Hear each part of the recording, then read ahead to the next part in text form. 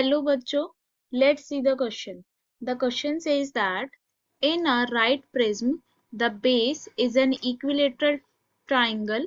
Its volume is 80 root 3 centimeter cube and its lateral surface area is 240 centimeter square.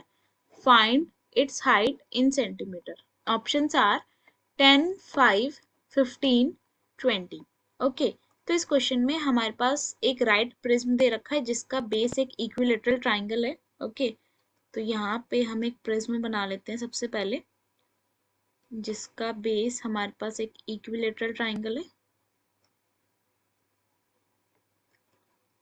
तो ये हमारे पास prism हो गया. ओके और हमारे पास प्रिज्म की वॉल्यूम दे रखी है 80 रूट 3 सेंटीमीटर क्यूब और लेटरल सरफेस एरिया दे रखा है हमें 240 सेंटीमीटर क्यूब और हमें हाइट बतानी है. तो हम हाइट को एज्यूम कर लेते हैं स्मॉल h और हमें स्मॉल h की वैल्यू बतानी है.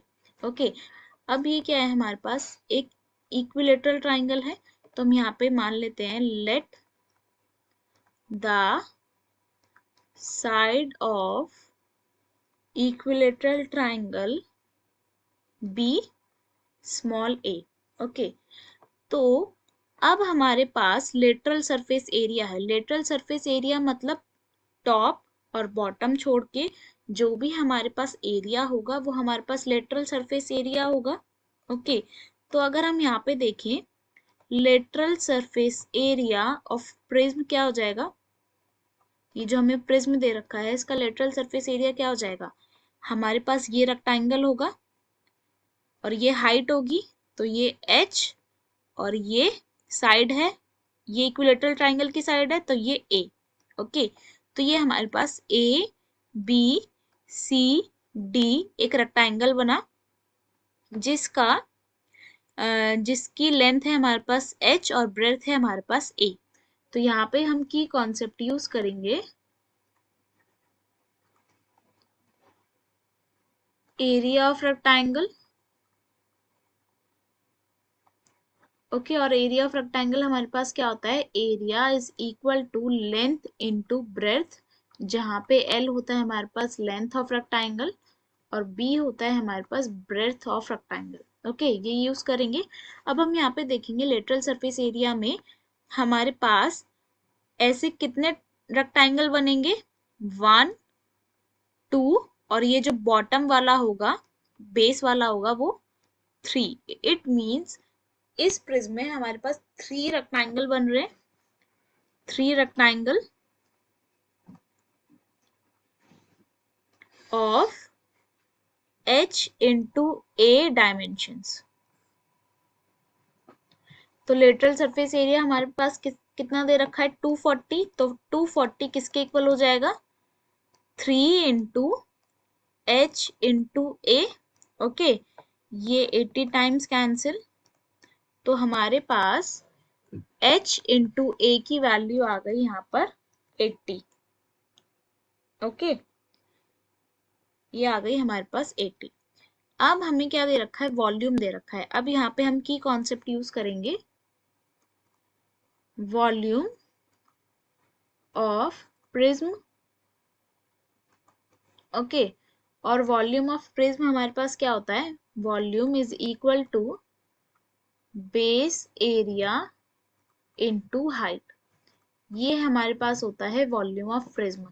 जो भी हमारे पास प्रिज्म का बेस होगा उसका एरिया इनटू हाइट ये हमारे पास हो जाएगा वॉल्यूम ऑफ प्रिज्म.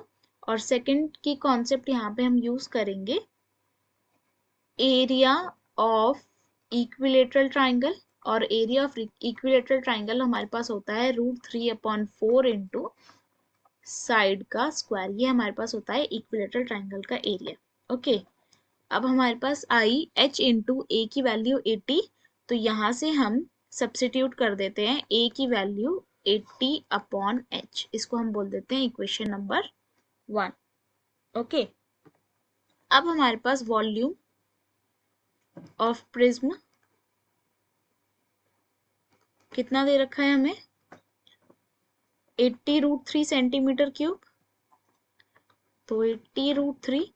और वॉल्यूम ऑफ प्रिज्म हमारे पास क्या होता है, बेस एरिया इंटू हाइट, और हाइट हमने h ली थी, तो base area into h is equal to 80√3। Okay, और बेस क्या है, बेस ऑफ प्रिज्म हमारे पास क्या दे रखा है, इक्विलेटरल ट्राइंगल, इक्विलेटरल ट्राइंगल दे रखा है, तो इसका मतलब area of equilateral triangle into h is equal to 80√3। और एरिया ऑफ इक्विलेटरल ट्राइंगल क्या होता है, √3/4 साइड का स्क्वायर, और साइड हमने क्या एज्यूम करी थी, ए, तो ये हमारे पास हो जाएगा √3/4 इंटू ए का square into h is equal to 80√3। अब यहाँ पे हम फ्रॉम इक्वेशन 1 से ए की वैल्यू सब्स्टिट्यूट कर देंगे, तो ये हमारे पास हो जाएगा √3/4 into 80/h into 80/h into h is equal to 80√3। यहाँ पे 80 से 80 कैंसिल, √3 से √3 कैंसिल, h से h कैंसिल, ओके, और ये 20 टाइम्स कैंसिल, तो हमारे पास फाइनली h की वैल्यू आ जाएगी 20 सेंटीमीटर। ओके, तो हमारे पास हाइट ऑफ प्रिज्म कितनी आएगी, 20 सेंटीमीटर, और यही हमारे पास फाइनल आंसर होगा। तो इसलिए यहाँ पे हमारा ऑप्शन नंबर डी जो है वो करेक्ट ऑप्शन है। Okay, hope you will understand. Best of luck, thank you.